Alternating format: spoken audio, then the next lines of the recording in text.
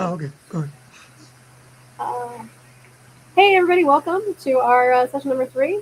John McNicholas is here, and so excited for our session three when people became the breach. Bringing the stage to you. All right.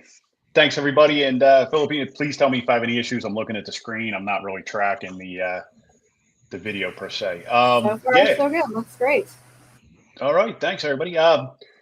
22 years in the industry. I've been fortunate. I've worked in a lot of fields. I haven't really concentrated on programming or databases. Other than helping them through governance and keeping them straight.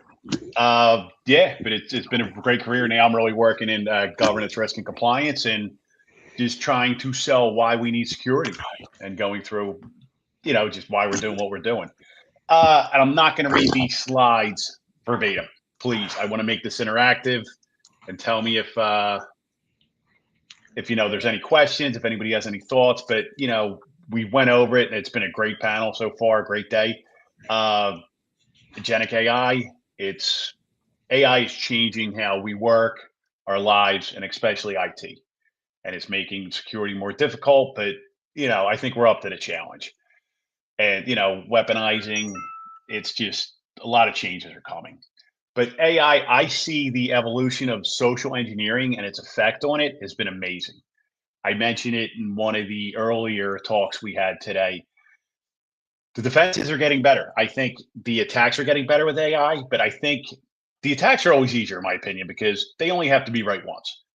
When you're a defender, when you're a blue team, when you're part of a security team in an organization, you have to be right every time, and it makes it difficult. But I think the AI tools are going to become better in a defensive way.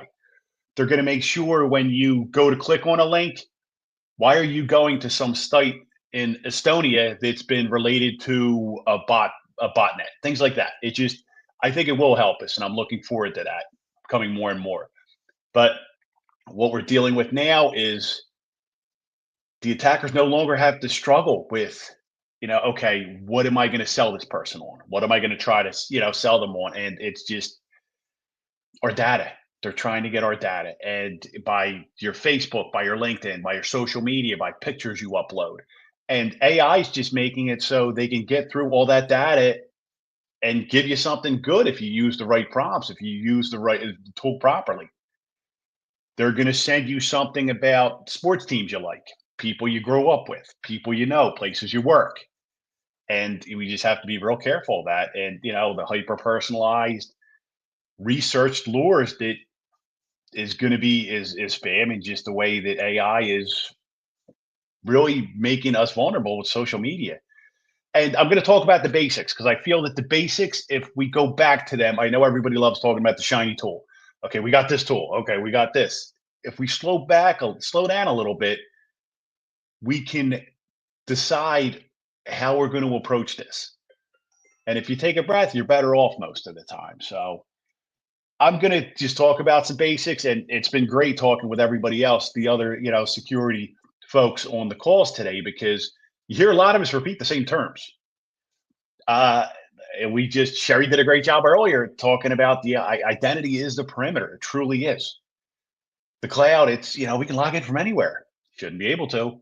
If my organization doesn't just, let's pick one, Canada, for example. If I have a business that has no customers, no clients, no partners in Canada, why am I allowing people in Canada to connect to my cloud? Why are they connecting to my system? Why am I allowing my system to connect to IP addresses there? So identity really is a perimeter. And key points that we take from this: phishing resistant MFA. I've mentioned it earlier, but YubiKeys, I think hardware tokens are the way to go. You use this, I don't own any stock in this company. You use this tool, you put it into your computer, it does near field communication, USB-C. If you touch the button, scripts can't trick it. It can trick, tapping an approve button. But if you physically have to touch that, that's a great defense there. And identity orchestration, that's the way we have to go with this. Know your baseline. This will come into the examples. I'm going to talk about the social engineering and how they got into these, but it you have to know your baseline of your network. No, okay, all right, we have accounting and know the business. Accounting, okay, accounting every quarter they do monthly reports that they send to headquarters. All right, so that's when we see the spike in traffic. It's usually on Thursday afternoons, every 3 months. If we see that same traffic weekly, why is that? Let's talk to the business. Let's know. So know your baseline and, train employees to recognize if something's off, if this is how this is not normal, and you have to have good configuration management, change management there, proper approval. That's never a sexy term, and I've never seen many organizations do it well. But if the baseline's going to change, the baseline is going to change. When it does, make sure you have approvals. Third party risk, verify, verify, verify. And it's something I mentioned earlier. Security is a business decision. When I talk to the business, I try to use how much is this going to cost us if we don't do what we're supposed to do? Nobody wants to hear, okay, we need this, we need that. I'm not even talking about tools, just doing your due diligence.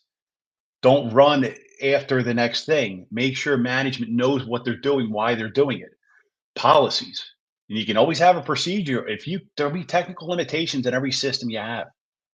And especially I've worked in the government, worked in financial sectors. There's legacy systems. It's unbelievable the legacy systems that are still out there, especially in the financial sectors. But continuous monitoring. When you work with these vendors, I always try to use the analogy. I remember, a few years ago, but being a kid, like, you have a party at your buddy's house. Third party risk is okay, I trust my friends. I don't trust my friends' friends. You don't trust, you have to verify. You have to look and have these contractual guardrails. Are you doing your due diligence? Because it's a link in a chain. And data sanitation and minimization for that matter. Data sanitation, we have all these tools, you have these web portals, you have this. Am I checking what information is put into that portal before I accept it and bring it back in? It's amazing. I talk to these vendors, talk to the clients, and every time I've ever done a web app pen test, it's always been something related to cross-site scripting or SQL injection, something like that. Take the time, slow down a little bit. Are we sanitizing, checking the data that we're allowing to be entered into the system? And network segmentation. It's crucial for these AI attacks because when you do become a victim of the social engineering AI attack, okay, you split financial from the production floor. And we'll talk about that in some of the examples. And this, I think, is the most important one. Executives, you have to get the executives, your leaders of your organizations on board. If they're not on board, if your owner, your CEO, the CFO, if she doesn't care, why is the company going to care? Why are the workers going to care? Because the thing is with security, is we all know, it's usually never convenient. Availability is a huge part of security. I love single sign-on, and we've talked about it. The government IDs, the hardware tokens, love them. They're great. They're actually convenient. I'd love to hear from the rest of the panel after this if they feel like security doesn't bring much convenience. It usually not. It adds layers of work, but you need to show the executives. And I usually do it financially. I've had a lot of luck with doing that. Okay, we don't do this. We have a data breach. Every data record has been roughly estimated to cost about 5,000 a pop. Okay, so we lose 1,000,000 records. Let's do that math. But just build resilience.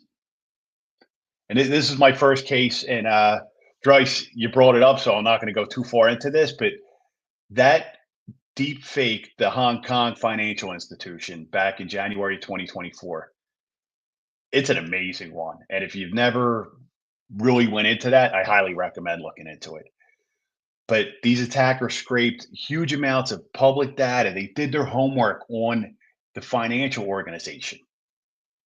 And they used AI to train the models to perfectly mimic the chief financial officer's speech patterns. Then it all started with a spam email sent to one of the workers saying, like, we're going to set this off. And the transaction, it's $25.6 million. And we'll talk about best practices and what we said, but it just, like, take a step back. That's a lot of money. Let's look into, I want a manager approving this. I want someone else flying off on it. I want a lot more checks and balances. But when the employee hesitated, the attackers pivoted to a Zoom call. And usually the people doing the social engineering attacks, they know they're using psychology with their attacks. You're frustrated. Maybe it's during a company downsizing. We're seeing a lot of that in the news. If you call up one of these companies, hey, we needed to do this now. Okay.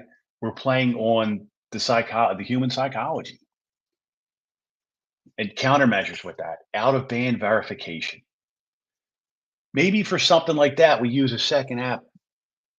We use something else to get the digital signature or verify somehow. And it's going to change depending on how many resources the organization has. It's a small business. Small business, maybe it's a signal message.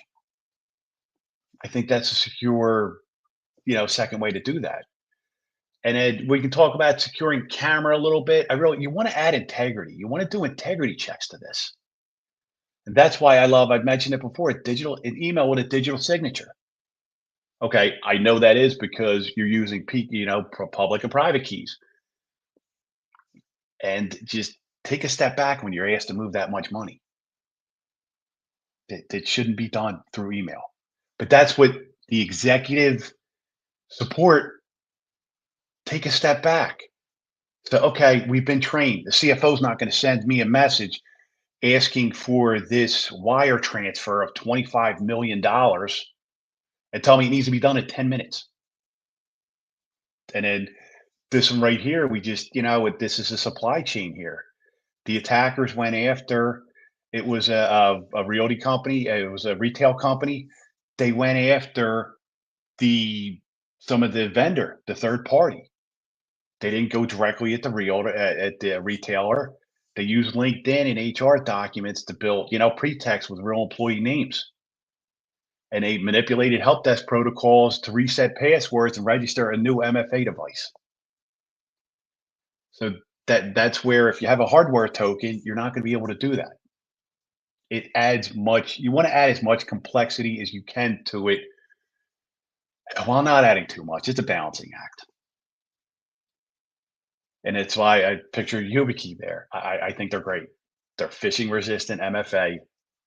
They, I think they do a great job.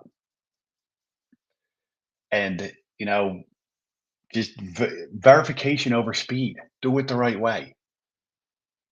Is the just make sure you have a few checks and balances to that, and require manager approval for help desk agents to reset access. And if you can, I know it's not always possible, but how about you go do it in person? And we'll talk about out of band. Go to the office. I've worked at places I know it's not convenient. For me, it'd be a 3-hour drive. That's fine. For a high stake transfer, it, it should be needed. And Coinbase, this is one they recruited, support contractors via social media and bribe. This is your insider threat here. And they use stolen government IDs to trick customers into transferring crypto. And it's a shame. I've heard a lot of stories about some states are actually pushing against it. Some of these crypto terminals transfers, they some people who are getting duped and fraudulent transfers. And once you start a wire transfer, it's gone. I've heard from Secret Service agents, FBI agents, they can't get that money back. It's gone. So think about it. Take a breath. And this is where, like, privilege access management. Sherry talked about that. Did a great job with talking about why that's needed. Just in time provisioning. Just continuous vetting. I love the way it was. We do this quarterly. You do this yearly. Look at who has what rights and why do we allow them to have. Going back to the basics. Strong account management. And this one was so interesting. It's a Jaguar Land Rover ransomware case. This is where segmentation would have been key. You want to keep the production floor away from the HR office. You want to segment as much as possible. And it's a balancing act, but you want to segment as much as possible. So your operations on that network, you shouldn't be opening up email on it. You shouldn't be able to, all you're doing is strictly production. Operational technology, which I'm really starting to get into with my last position, there's a lot of technical limitations with it. But if you segment it, if you contain the blast radius, you'll be so much better off. And you prevent lateral movement. This is what the lapsus hunters, they used, voice phishing and stolen contract, stolen credentials to bypass the multi-factor authentication. And every organization should be using multi-factor, but that's where you want the hardware tokens, because as we know, SMS text pushes. It's not, and there's some great tools out there with like Google Authenticator. Bitwarden has got a great authenticator. Proton Pass has got an authenticator app. They're the way to go. It's not as good as hardware based, but it's much better than getting a text message. And then, they had the Jaguar Land Rover had to use a kill switch and they came down. It affected the economy of the British government. And just, segmentation would have went. This could have helped. But we talk about true segmentation is the air gapped. That's going pretty hardcore. That's some government usage there. But if it's that important and you want to go to immutable backups, you want immutable production instances if possible. And you'll hear me, with the MFA, with the FIDO2. That's what's great about the YubiKeys and the supply chain risk management. It's just you want to go back to the basics. Did we verify who we're working with? Are they doing what they're doing? And just make sure with the employee training as well, because the technology is getting better and better, but it's the human they're going to go after because we're the most vulnerable. There's no patch for us. There's no patch for human tendencies. I love when I was watching a video a few years ago that these guys were walking into buildings, secure buildings with a ladder and dressed as construction workers. Because people are friendly, they see you carrying something. Usually they're going to try to be nice and hold the door open for you, but you can't. They're playing on your tendency. And I saw another great video where a woman was calling up a help desk trying to get access to her husband's bank account. Eventually, they did because the person started playing sounds of a crying baby, and the person had some empathy from that help desk and allowed them to get in. That's why the human is a great target with AI now, and we have to really just be aware of that. And we can use AI for good as well, not just attacks. Like and just have just ways, even with your family. Where did I think I used somebody's phone to text a family member and ask him for, hey, like, what's a pin to this account? And I stopped myself. I was like, don't do that. Have a safe word, especially when you're dealing with family, when you're sending a text, or like if I ever call you and ask for this, you just like have a safe word, if you can call it that. And you want to build integrity into it. And that's what I hope to see technology kept up with these deep fakes, because I did a little research on something with the camera pipe security. It's actually hardware in the cameras that are going to prevent modification and put a hash on the video. I'd like to see that because some of these deep fakes are amazing anymore. You have to be so careful. But the out of band strategies, that's how to set up secondary communication channels to make sure. And this is a good one where if you get a phone call, the phone numbers can be spoofed so much, because I have a number, an area code outside of where I live now, and I know it's spam because usually it's the area code that I used to live in. But You just have to be careful with it. Where even if you get an email from the IRS, I love that one. Well, contact the IRS, contact Comcast, contact them back directly. Don't click on a link but AI is getting it and just they're training on all this data and they're effective. Where before it would have taken like 10 analysts to look over this data and make to target someone for spear phishing. Now it can be done in minutes. And the human in the loop. I know I've heard it talked about before, but I love AI. It's a tool. It's a tool when used properly. But I still think we need the human in the loop for critical transactions. I've heard of people setting up their Claude bot and letting it buy airplane tickets for them. Okay, good luck with that. Just that. Use the AI, set it up in a segment, get a play zone going, know what it's doing, and slowly go out with it. I've talked to organizations that they've dealt with people that are running these bots in production. Slow down a little bit. It just, and there's ways on the video. Try to, have the people turn their head. Try to, the videos are tough. I would really, I hope soon we can get a good way to check the integrity of them. But I mentioned safe words, and we have to, strategic identity proofing. This is a way that, the government did a great job with the CAC cards and the PIV cards. I wish that we had an organization the way, sign code, it could, verify you are who you say you are.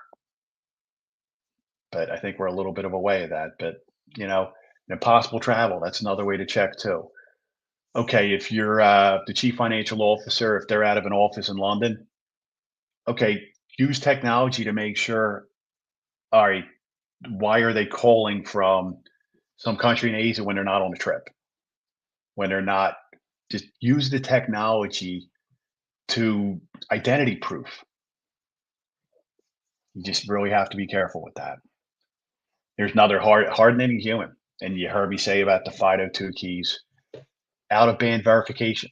Maybe you have to go to the office and pick up your hardware token. That's the way to go. Identity threat protection. Just make sure, as much as you can, use the technology to your benefit. Okay, you are who you are. Let's build the integrity. And this is probably one of my favorite ones is just the cool off period. Take a step back, train your help desk, allow them to slow down a little bit. Oh, they're getting a call from the CFO. Okay, stop. The CFO just called me. I can't verify that they're calling me, that they are who they say they are. Have them come into the office. And I know they're not going to like that, but are they using their hardware token? Are they making sure that we can validate they are who they say they are without a doubt? And sometimes you're going to get the 100% no, but it's does the ends justify the means? I love this. You don't use a $10 lock to secure a $5 bike, but you have to do what you need to do to make sure that you're doing your due diligence and training, user training, having your team, having the whole company know that they're a part of this. And social engineering is just going to get more and more sharp. It's going to get more and more dangerous. And we have to be careful because we're the breach. And I heard a great term that the call is coming in from inside the house. And we have to be aware of how we're addressing that. Do you have a plan? Do you have training? Are we doing tabletop exercises on how to prevent this? Be skeptical. Take a deep breath. Know what you're doing before you do it and think of the ramifications.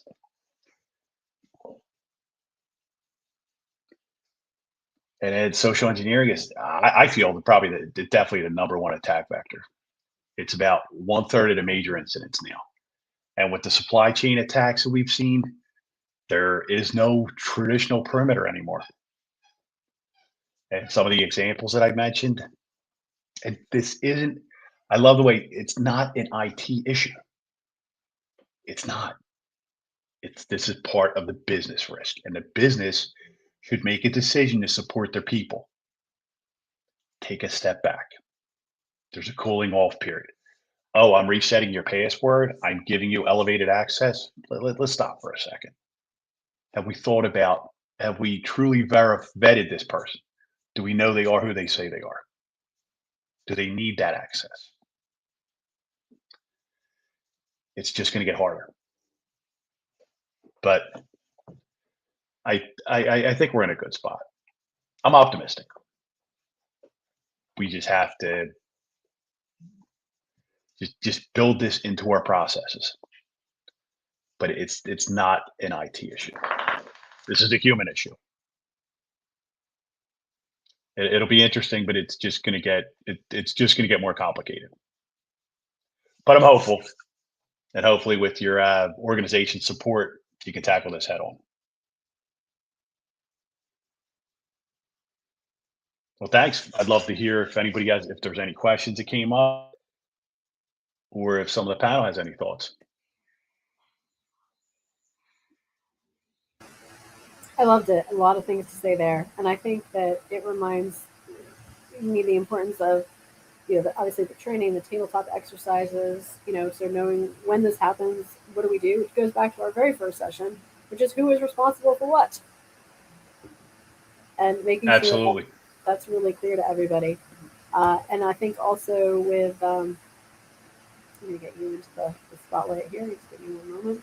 I think the other thing, you touched on just so many things that I think are so important because human nature is to be helpful. And customer service reps are trained to be helpful. That's their number one job. And yet they're the front line of defense. And they're not always trained particularly well in having that skepticism. And I don't think they're supported enough. And I don't think they're given enough credit, honestly, because you thought, okay, it's just what are they up against? What are they dealing with? And I have to have that executive support. I truly feel that that's where it all starts, because if I remember being in the military, being a gate guard. It's you're checking everybody, even if you know that's a captain, a general coming across. I'm still checking them. What we hear a lot about, and I can put more on that, the academic side is the tone at the top. It's definitely culture and leadership. You definitely have that fact check because like something happened with a casino a couple years ago. Even though you have your unique identifier, which is their employee ID, they still got compromised. So you definitely have to fact check. John, I have a question for you. So my marketing team fought teeth and nail for me installing encryption for their email when they're sending out different POs. Is there another suggestion besides email encryption?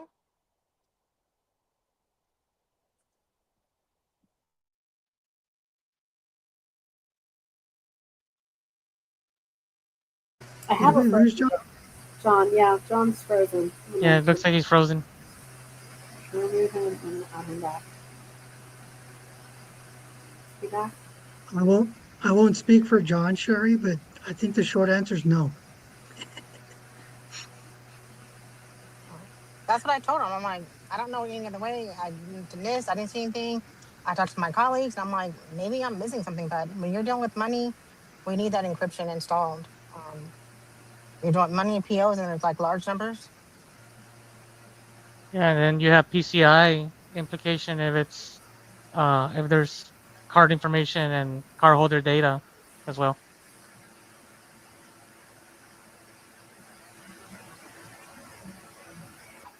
Here he is. He's back. Got that? Yeah. Go figure. It was like unfortunate. So, yeah, Sherry, I'm sorry. I got about the email encryption. Do you think what is there a better technical option, or I always think of a procedure option too. And nobody likes to talk about that, but it's kind of like you need to be doing what you're like. I'm a big proponent with the segmentation, and I go years back. Like only do work stuff on work devices, and let's give them a wireless access point. I don't care what you do. That's an HR issue at that point. If you're going to spend all day watching YouTube videos of motorcycles, great. Like I'm going to put that on the Wi-Fi, and I only what you're doing business wise. But I'm sorry, do you mean you thinking of like a technical solution or a procedural, or are they just pushing back because it's complicated? They're just pushing back because it's an extra step in their process.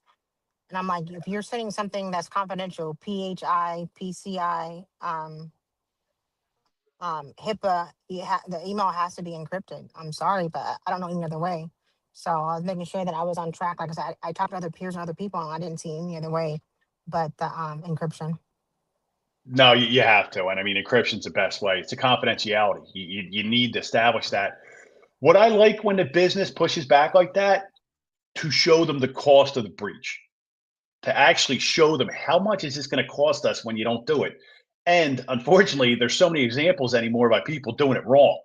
So I would go to the executives and go, okay, if we don't do this, this is how much it's going to cost us, and just and I really hope we get something like GDPR, because that's if John froze for a second. And I'll finish his and sentence see, for a and second. that's what happened is we had a breach. We had a breach, and that's how I installed the encryption. Yep. And it's amazing that you get pushback after a breach, right? You would think like, okay, let's prevent this in the future. So it's tough, but I think the money shows them, and that's I know we've all mentioned governance today, but when not doing what you're supposed to do is more expensive than doing what you're supposed to do, people start to move with it. Like if the fines just start to get okay, if it costs us $30,000 to encrypt a network, but if we lose the data, it's going to cost us 100,000. Let's encrypt. Yeah, quantifiable risk assessment. Yep. Yep. Show them the money. Not just that, but I would love to see like a reputation kind of thing, right? Because a Yep. lot of these companies, they don't care. You know, when CrowdStrike, when that when that happened, they were like, yeah, whatever. I You think know, they when got off easy. Cloudflare went I down, really do. yes, they and that's why, right? But if we were to have some sort of like reputation kind of rating, you know, I think a lot of companies would care.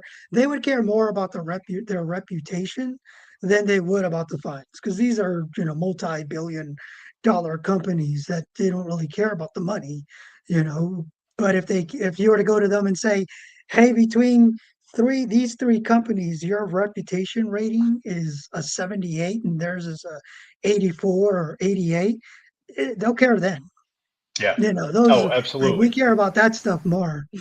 Yeah, there's some tools out there, Frank, like security scorecard BitSite that have a little bit of a reputation score in there. But you're right, it doesn't really have that much of the weight that we would want to see to Yes. make any sort of impact, like the hammer Yeah. to come down. Yeah. Yeah. Yeah. Yeah. And that's where you would want, capitalism in its best way to just consumers need to talk with their wallets. Like Frank, what you said, like I wouldn't. Do you remember LastPass? I don't even know if it's still around. But once your password manager has a breach, that's not a good thing. And I'm still like CrowdStrike. I mean, automatic updates. I don't do automatic updates because of stuff like that. And I think Right? it's Yeah. amazing that a company that big did that. And people, oh, it happens. It happens to a mom and pop shop. Okay, it happens to a small. Come Yes. on, really? Honestly, what So got me was that he was at McAfee when Hmm. it happened there. This wasn't his first time.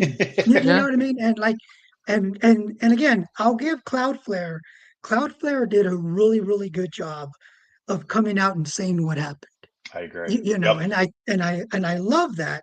But what's missing is the next part, right? You know, like they need they, whoever, they need to be held accountable for the next steps. Because Cloudflare, like I said, they said this is exactly what happened, and we're going to take care of it. Cool. Yep. And then 3 months later, we never hear. So how did you take care of it? I know. I want lessons know, learned. and I would love to. Yeah, I would love to have kind of like this open. Maybe for them, it's a requirement, and then for us, like it's up to us to hold them accountable, right? Yeah. Like, no, I want to see what your They, processes look like now. they'll tell You you, know? Frank, but you need an NDA. Oh I yeah, mean, no, yeah. right? Which Yes. is Yeah. Yeah, which is unacceptable because Yeah.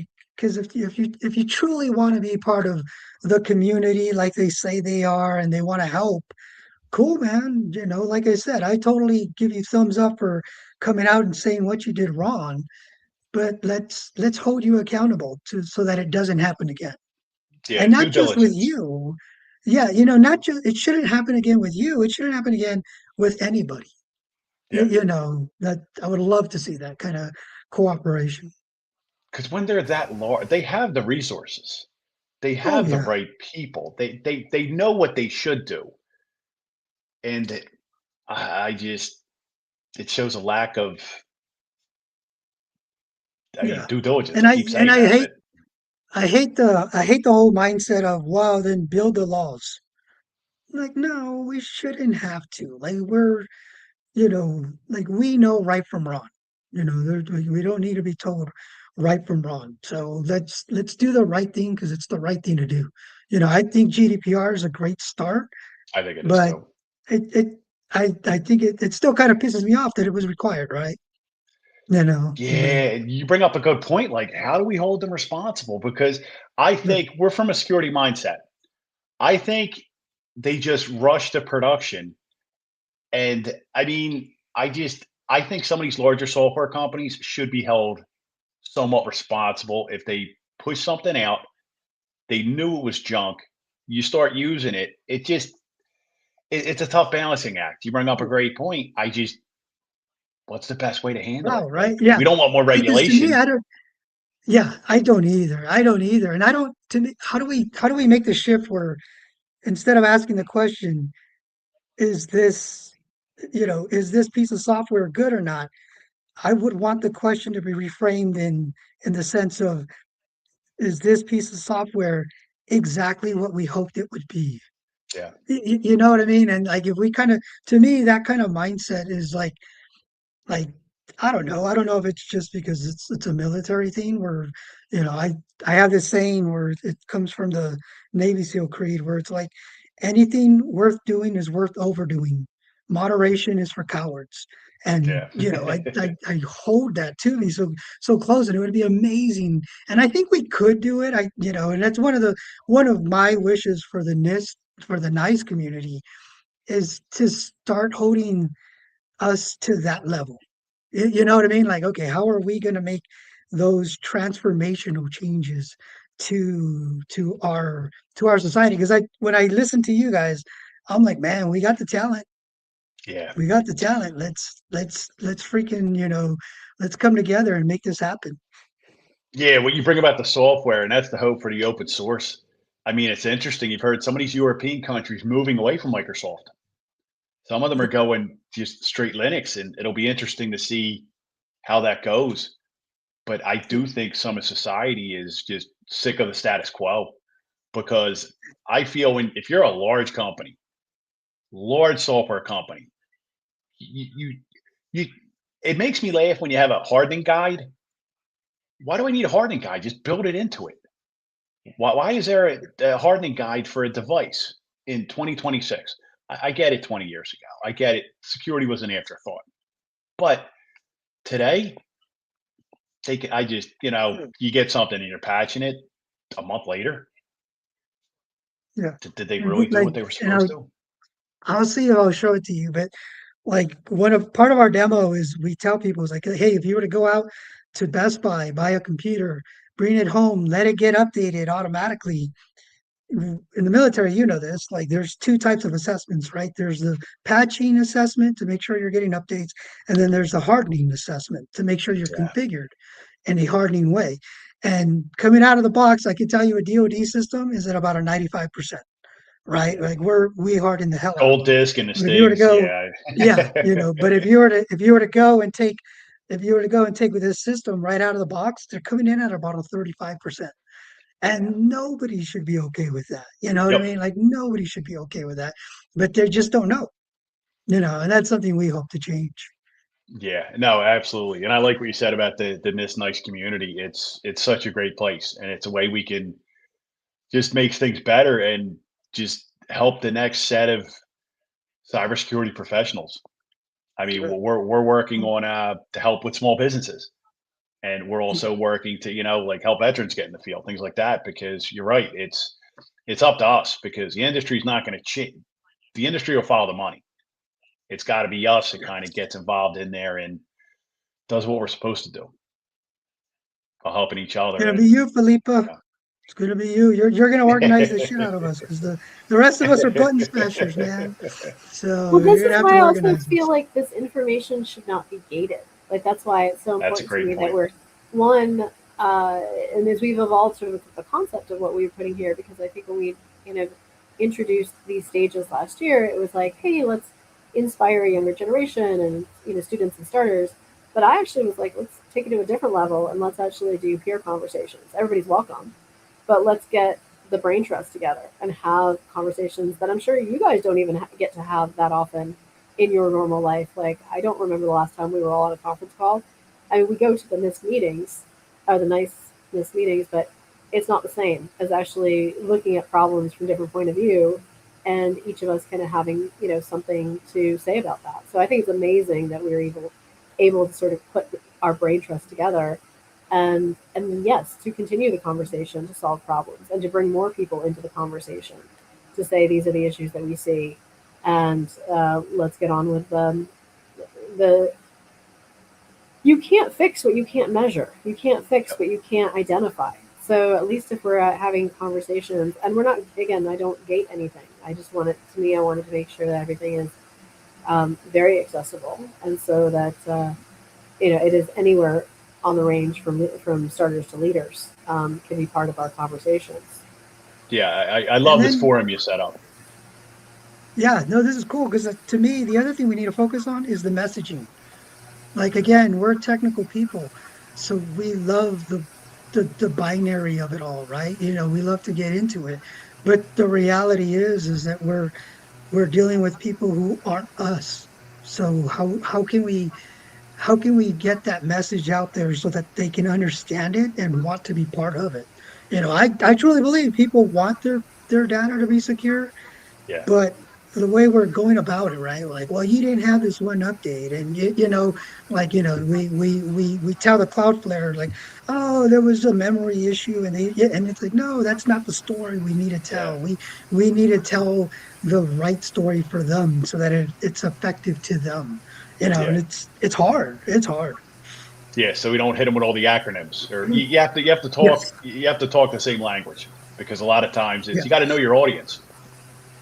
Which Yes. goes back Yeah. to what Sherry was saying. I think when you're talking to marketing people, the money, like, they don't really care as long as they know they'll kind of keep their job.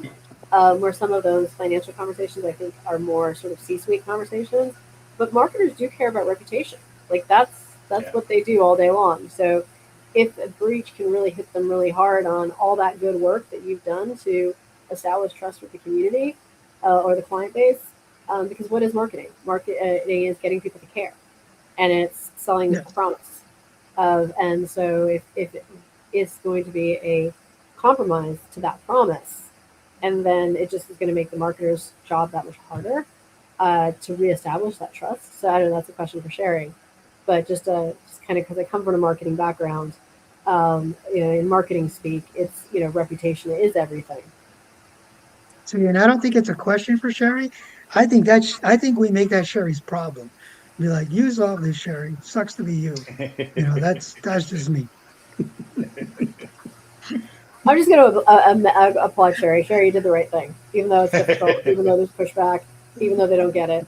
And and I think that is the education. And like I said, when I go through the world, sometimes I just like to talk to people anywhere and just remind them, if they have a code on their phone, they're doing cybersecurity, and then, oh, there's so much more. But I like that. I like that example. But usually when you start saying compliance, risk, legal, you definitely get their attention. yeah, that That's a too. cool segue for the next section. That's great. All right, Frank, we're all about it. We are so excited to see you in the next session. I'm going to go ahead and send out our links right now. We'll You just guys pop there? that into the chat, and then we will very much look forward to seeing everybody in session 4.